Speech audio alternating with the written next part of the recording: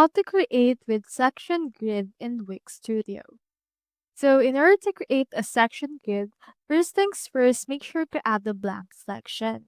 So you can just hover on any part of your page and you should be able to see in here this add section option, and it should be able to show you this particular case.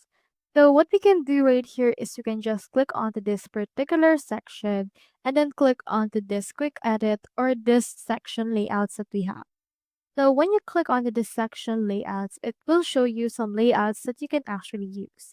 But for this case, let's start by putting in here the layout option and then choosing a layout available for this particular section.